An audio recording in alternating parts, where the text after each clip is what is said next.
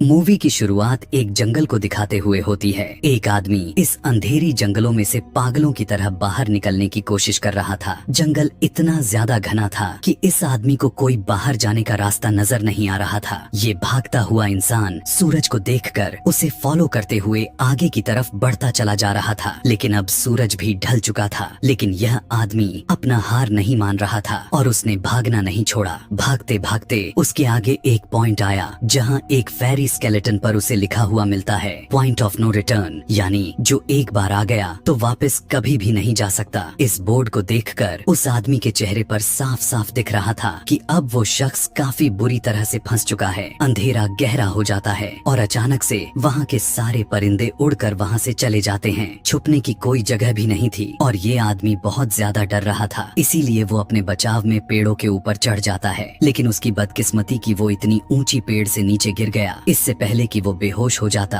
हम देख पाते हैं कि कोई उसे अचानक से खींच कर लेकर चला जाता है। खींचने वाला कौन था ये तो हमें नहीं दिखाया गया, लेकिन उस आदमी की दर्द भरी चीखें सुनाई देती हैं। यहीं से सीन को चेंज कर दिया जाता है और इसके ठीक 6 दिन बाद हमें शहर में मीना नाम की लड़की को दिखाया जाता है। मीना की ना तो कोई दोस्त और ना ही कोई फैमिली थी सिवाय एक बहन के। इस समय वो जिस पेट स्टोर पर काम कर रही थी उसका बॉस उसे एक पैरट को एक जू पर छोड़कर आने को कहता है। मीना इस पैरट को उठाकर अपने घर लेकर आती है क्योंकि उसे जू में एक दिन बाद जाना था। रात उसने इसी पैरट के साथ ही गुजारी और फिर सुबह होने पर वो इस पैरट को लेकर जाने के लिए निकल गई। आगे जाते समय उसने शायद एकदम से गलत टर्न ले लिया और वो सीधा जंगल के बीचों बीच पहुंच गई। ये वही जगह था जहां पर हम पहले एक आदमी को गायब होता हुआ देख चुके हैं। पहले तो वो अपने गाड़ी से ही जंगल के रास्ते से होता हुआ बस चलती रही, लेकिन जब उसे इस जंगल का रास्ता ठीक से समझ नहीं आया तो उसे इस गाड़ी से उतर जाना। उसे लगा कि शायद यहाँ पर करीब कोई होगा जिससे वो मदद मांग सके। वो उस पैरट को लेकर आगे बढ़ने लग जाती है। अंधेरा भी गहरा होता जा रहा था। पिछले बार की तरह सभी परिंदे उन सभी पेड़ों से उड़ जाते हैं। मीना को अब डर सा महसूस होने लग गया था क्योंकि जमीन भी जोर जोर से हिलना शुरू हो चुका था। उसे अपने करीब किसी की होने का भी एहसास होता है। वो देखती है कि दूर एक बूढ़ी औरत भाग रही थी। यह देखकर मीना उसका पीछा करती है। वो उससे मदद मांग रही थी, लेकिन वो औरत बिना पीछे देखे बस भागती रहती है। मीना जब उसका पीछा करते करते थक गई तो वो वहीं पर रुक गई। उसके रुकने पर बूढ़ी औरत ने उसे आवाज देकर कहा कि अगर जिंदा रहना चाहती हो तो फौरन तेजी से भागकर हमारे पास आओ। यह सुनते ही मीना दोबारा उस बूढ़ी औरत की तरफ भागी और वो बूढ़ी औरत उसका हाथ पकड़कर उसे एक घर में लेकर आई। घर में आते ही उसने इस घर को फौरन से लॉक्ड कर लिया। ये कोई घर नहीं था बल्कि ये एक काफी अजीब कमरा था जिसमें एक बहुत बड़ा सा मिरर लगा हुआ था। इस बूढ़ी औरत के साथ यहीं पर 2 और भी लोग थे। मीना घबराकर उन लोगों से पूछती है कि ये कौन सी जगह है। तब ये लोग उसका कोई भी जवाब नहीं देते और उल्टा वो उसे उस बड़े से मिरर के सामने खड़े होने के लिए कहते हैं क्योंकि कोई उन्हें देखने के लिए आने वाला था। मीना पूछती है कि आखिर कौन देखने के लिए आ रहा है। तब वो बूढ़ी औरत मेडेलिन जवाब देती है, हमें वॉचर्स देखने के लिए आ रहे हैं। अचानक से यहाँ पर अजीबों गरीब आवाजें गूंजना शुरू हो गया। इस बूढ़ी औरत ने बताया कि वॉचर्स तुम्हारे आने से खुश हैं, यहाँ तालियां बजा रहे हैं तुम्हारे लिए। यहाँ पर मीना बुरी तरह कंफ्यूज थी। मेडेलिन जिन्हें वॉचर्स कह रही थी उन्हें ना तो अभी तक इस कहानी में दिखाया गया और ना ही मीना और ना किसी और ने उन्हें देखा हुआ था। खैर ये रात किसी तरह खत्म होती है। सुबह होते ही सभी लोग वहाँ से बाहर निकल जाते हैं। मेडेलिन उन्हें बताती है कि वो वॉचर्स सिर्फ रात में ही बाहर निकलते हैं। दिन के समय में हम सभी जंगल में आजाद होकर घूम सकते हैं। मीना को इस जंगल में तो नहीं रहना था, इसीलिए वो यहाँ से निकलने के लिए आगे बढ़ जाती है। तब मेडेलिन कहती है कि ये तुम्हारा अच्छा फैसला नहीं है क्योंकि अब इस जंगल से बाहर निकल पाना बहुत मुश्किल है, क्योंकि इस जंगल से आज तक कोई बाहर नहीं निकल पाया। रात होने से पहले ही हमें इसी घर में वापस आना पड़ता है।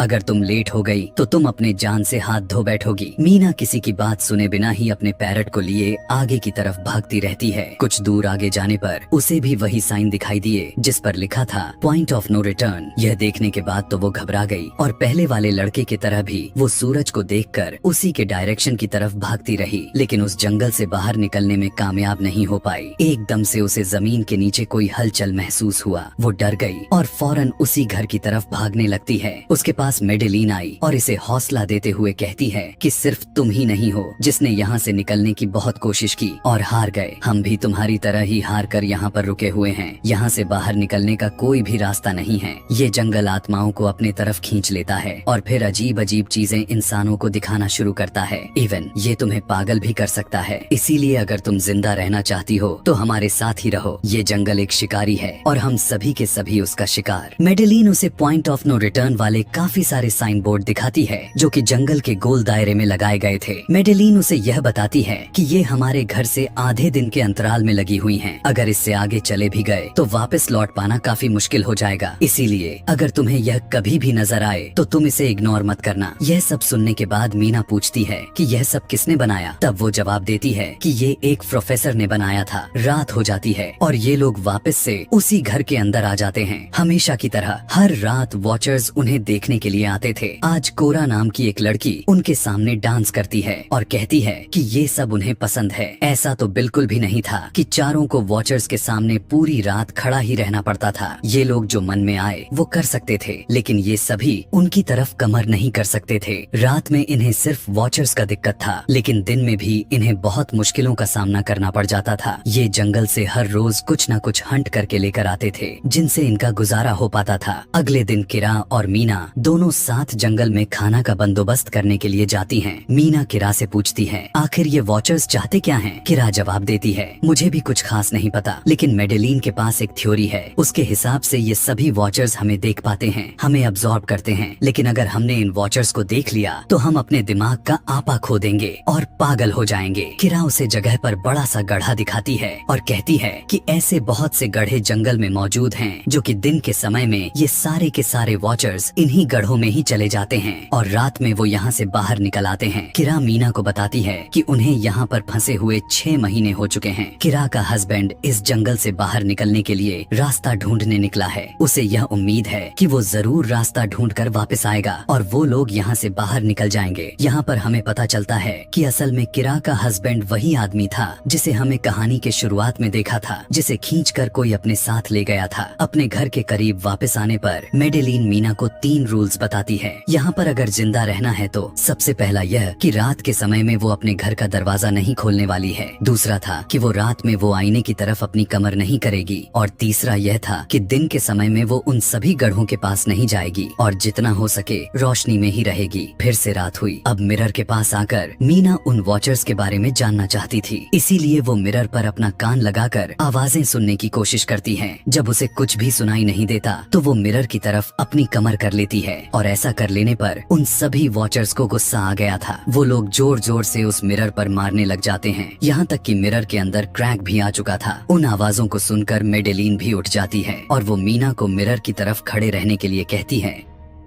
ऐसा करने पर उनका गुस्सा ठंडा हो सकता था। खैर, इसी तरह से ये रात भी कट जाती है। अगले दिन मीना डैनियल के साथ शिकार के लिए जंगल में जाती है। अब क्योंकि मीना अपना बचा हुआ समय यहाँ पर ऐसे बर्बाद नहीं होने देना चाहती थी, इसीलिए वो यहाँ से निकलने के लिए तैयारी कर रही थी। वो डैनियल से पूछती है कि क्या तुमने आज तक किसी मॉन्स्टर को देखा? डैनियल ना में जवाब देता है। तब मीना डैनियल को समझाती है कि मुझे लगता है कि ये सब मेडेलिन की एक बनाई हुई कहानियाँ हैं जिसके अंदर वो हमें फंसा कर रखी हुई है। हमें जरूर इन गढ़ों को जाकर चेक करना चाहिए, शायद हमें यहाँ से बाहर जाने का कोई रास्ता नजर आ जाए। डैनियल जो कि खुद यहाँ से बाहर निकलना तो चाहता था, इसलिए मीना की बात को एक्सेप्ट कर लेता है और अब मीना रस्सी के सहारे उस गड्ढे के अंदर चली जाती है। रस्सी का दूसरा छोर डैनियल ने पकड़ रखा था, क्योंकि जैसे ही मीना को कुछ भी हो तो फौरन जल्दी से उसे बाहर की तरफ खींच ले। मीना नीचे गड्ढे में पहुँच जाती है जहाँ पर उसे बहुत सारे इंसानों का सामान मिलता है। मीना उन सभी सामान को इकट्ठा कर लेती है। ऐसा लगता था कि जरूर उन जंगल में फंसे हुए इंसानों का ही सामान होगा। रस्सी के सहारे मीना और डैनियल उन सामानों को बाहर लेकर आते हैं और इससे पहले कि मीना उस गड्ढे से बाहर निकल पाती, उसे गड्ढे के अंदर किसी की उंगलियां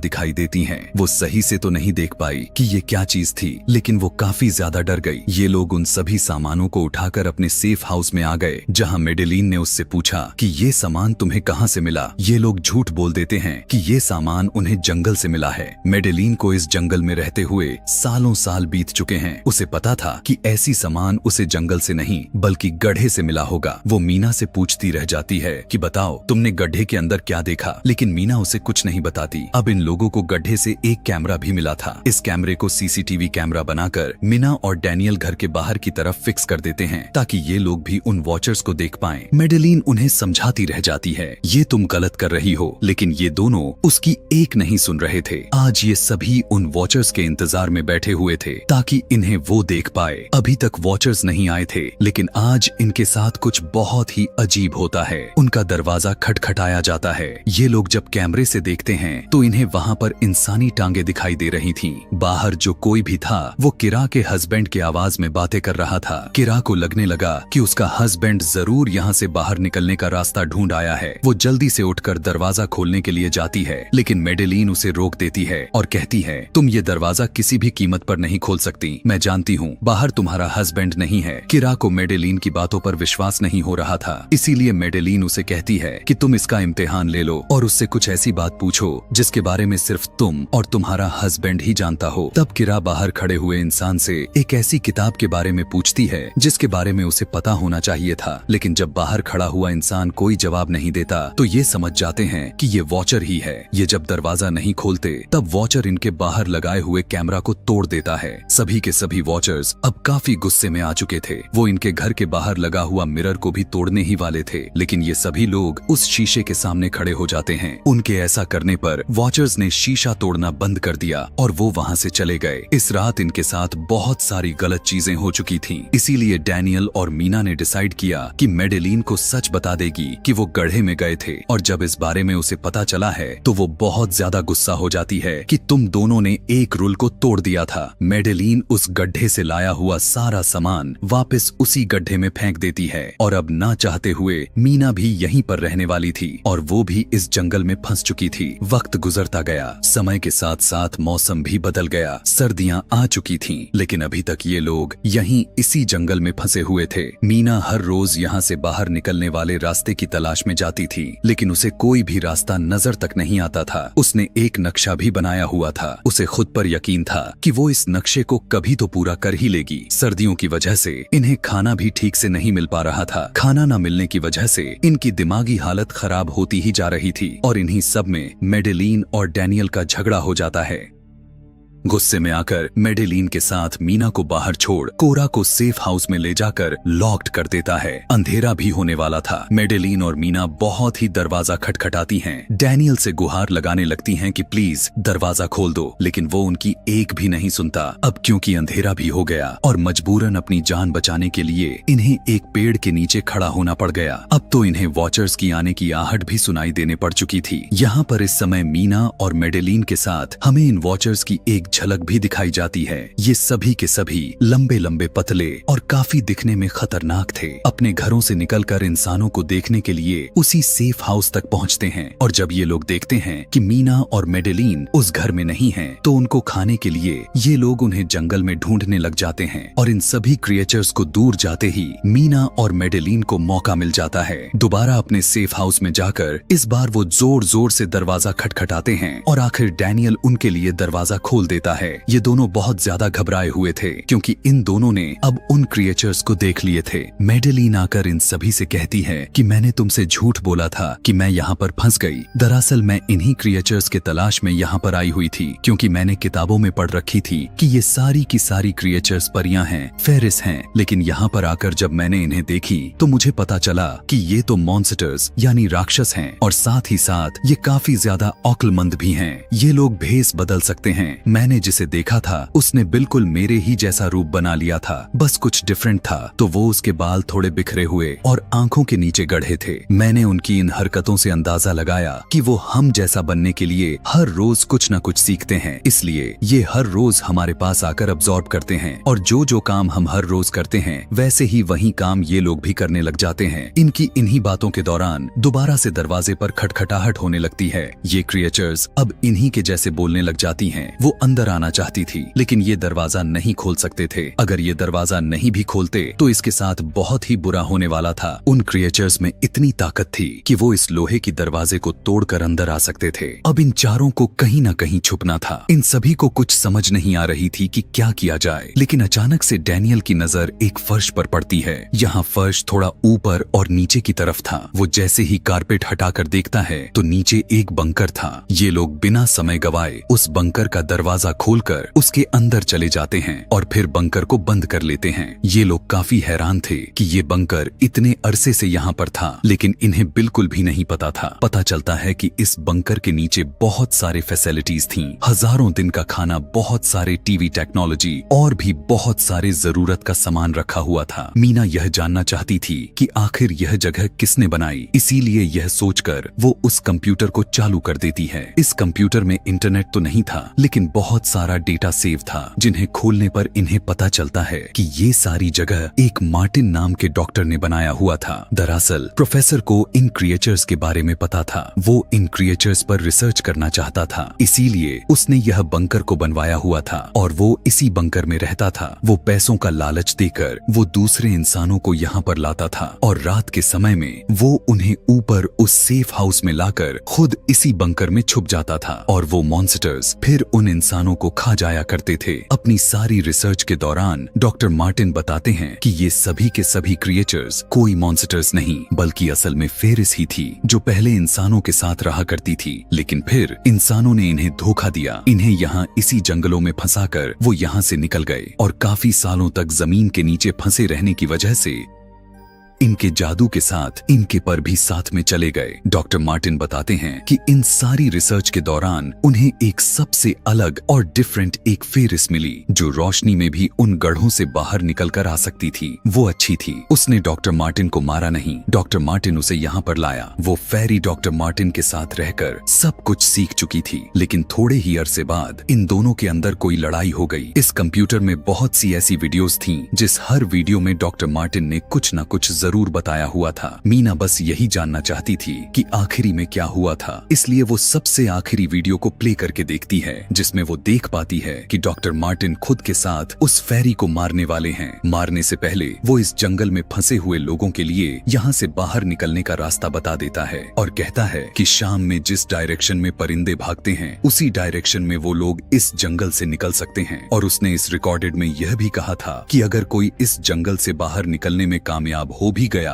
तो यूनिवर्सिटी में जाकर मेरी सारी रिसर्च तबाह कर देना, बस कुछ राज को राज ही रह देनी चाहिए। मैंने यहाँ पर आकर बहुत ही बड़ी गलती कर दी। मैं वो दुनिया नहीं बना सका जिसका मैंने सपना देखा हुआ था। मैं इंसानों और फेरिस को एक साथ नहीं रख पाया। खैर, आज रात इनकी काफी खुशी में कटती है। इन्हें खुशियों का कोई ठिकाना नहीं रह गया था, क्योंकि इन्हें बाहर निकलने का रास्ता जो मिल चुका था। सभी लोग अब बंकर से बाहर निकलते हैं तो ये देखते हैं कि उन वॉचर्स ने इनका सेफ हाउस पूरी तरह से तबाह कर दिया है। अब ये चारों यहाँ से जंगल से बाहर निकलने के रास्ते पर निकल चलते हैं। वो परिंदे जिनके बारे में प्रोफेसर बता रहे थे, वो तो शाम को उड़ने वाले थे, लेकिन इन्हें शाम होने से पहले ही जंगल से बाहर निकलना था। इसीलिए मीना अपने साथ लाई हुई पैरट को आजाद कर देती है। जिस डायरेक्शन में वो उड़ता जाता है, ये सभी उसी डायरेक्शन में चलने लग जाते हैं। चलते चलते रास्ते में इन्हें एक कब्र मिला। मेडेलिन इस कब्र को देखकर बताती है कि एक वक्त था जब ये लोग इंसानों के साथ रहते थे, लेकिन इंसानों ने इनके साथ बहुत बुरा किया, इनके साथ धोखा किया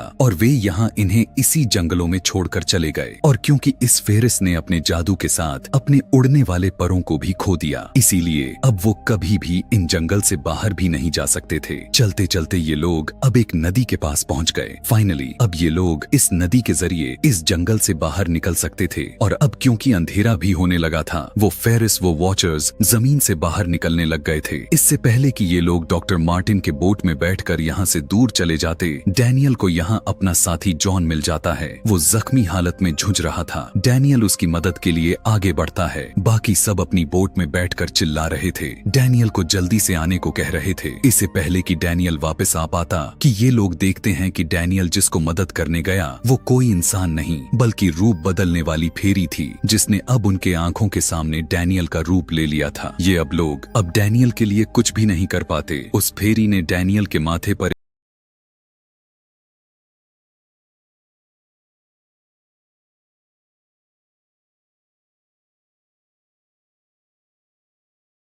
से मार डाला। इन्हें पता चलता है कि फेरिस नदी को पार नहीं कर सकते और फाइनली ये लोग खुद इस नदी को पार करके शहर तक पहुंच जाते हैं। अगले सीन में हमें दिखाया जाता है कि अब मीना डॉक्टर मार्टिन के कहने के मुताबिक यूनिवर्सिटी में उनका सारा डेटा खत्म करने के लिए आई हुई है और इससे पहले उनका सारा रिसर्च डेटा डिलीट कर देती। उससे पहले उसके जरिए उसे एक नई बात पता चलती है कि जब हजारों साल पहले इंसान और फेरिस एक साथ रहा करते थे तब इनकी आपस में शादी भी हो जाया करती थी। ऐसे में इंसानों और फेरिस के बच्चे भी हुए जिन्हें हाइब्रिड्स भी कहा जाता है। उसे यहाँ पर यह बात भी पता चली कि मेडेलिन जो उन्हें वहाँ पर मिली हुई थी वो कोई और नहीं बल्कि प्रोफेसर की वाइफ ही थी। वो काफी ज्यादा कंफ्यूज हो जाती है कि मेडेलिन ने उसे यह बातें क्यों नहीं बताई। अब इन सारे के सारे कंफ्यूजन को शेयर करने के लिए वो किरा के पास आती है और उसे बताती है कि जिस मेडेलिन से हम जंगल में मिले थे वो दरअसल प्रोफेसर मार्टिन के वाइफ ही थी, लेकिन उन्होंने हमें सच्चाई इसलिए नहीं बताई क्योंकि वो कोई इंसान नहीं बल्कि भेस बदलने वाली फेरी ही थी। यह सुनने के बाद किरा तो एकदम से हैरान हो जाती है। दरअसल आज से काफी साल पहले प्रोफेसर की वाइफ मेडेलिन लंग कैंसर की वजह से मर गई थी। प्रोफेसर उनसे बहुत प्यार करते थे, वो उनके साथ ही रहना चाहते थे और फिर वहीं से प्रोफेसर को इन भेस बदलने वाली फेरिस के बारे में पता चला। अपनी वाइफ की फोटो दिखाते हुए उन्होंने उस फेरिस को अपने वाइफ मेडेलिन जैसा बना दिया। अभी वो यह सारी बातें मीना बता ही रही थी कि तभी एकदम से उसे पता चलता है कि वो ये सारी बातें किरा को नहीं बल्कि मेडेलिन को ही बता रही है, जिसने इस वक्त किरा का भेस बदला हुआ था। जैसे ही किरा यहाँ पर आती है मेडेलिन उसे बेहोश कर देती है, जिसके बाद वो फौरन मीना पर हमला करने के लिए आगे बढ़ती है ताकि उसका राज राज ही रहे। इससे पहले कि वो मीना को मार देती वो उससे कहती है कि मैं सबसे अलग थी, वहाँ की सारी फेरिस मेरा मजाक उड़ाती थी, मैं दिन के वक्त भी बाहर निकल सकती थी, इसी में उन्होंने मुझे वहाँ से बाहर निकाल दिया। तब मीना उसे कहती है कि तुम अलग नहीं थी, तुम बहुत ही ज्यादा खास थी, असल में तुम एक हाइब्रिड हो, यानी आधी इंसान और आधी फेरी हो। इसी वजह से तुम फेरिस के साथ भी रह सकती हो और इंसानों के साथ भी, और यही वजह है कि तुम उस जंगल से बाहर निकल आई। मीना के सारा सच बताते ही मेडेलिन के उसके जादू के साथ उसके दोनों पर वापस आ जाते हैं, जिसके बाद वो मीना को यहीं पर छोड़कर वहां से उड़ जाती है। यहीं से कहानी कुछ वीक्स के बाद का सीन दिखाया जाता है जहां मीना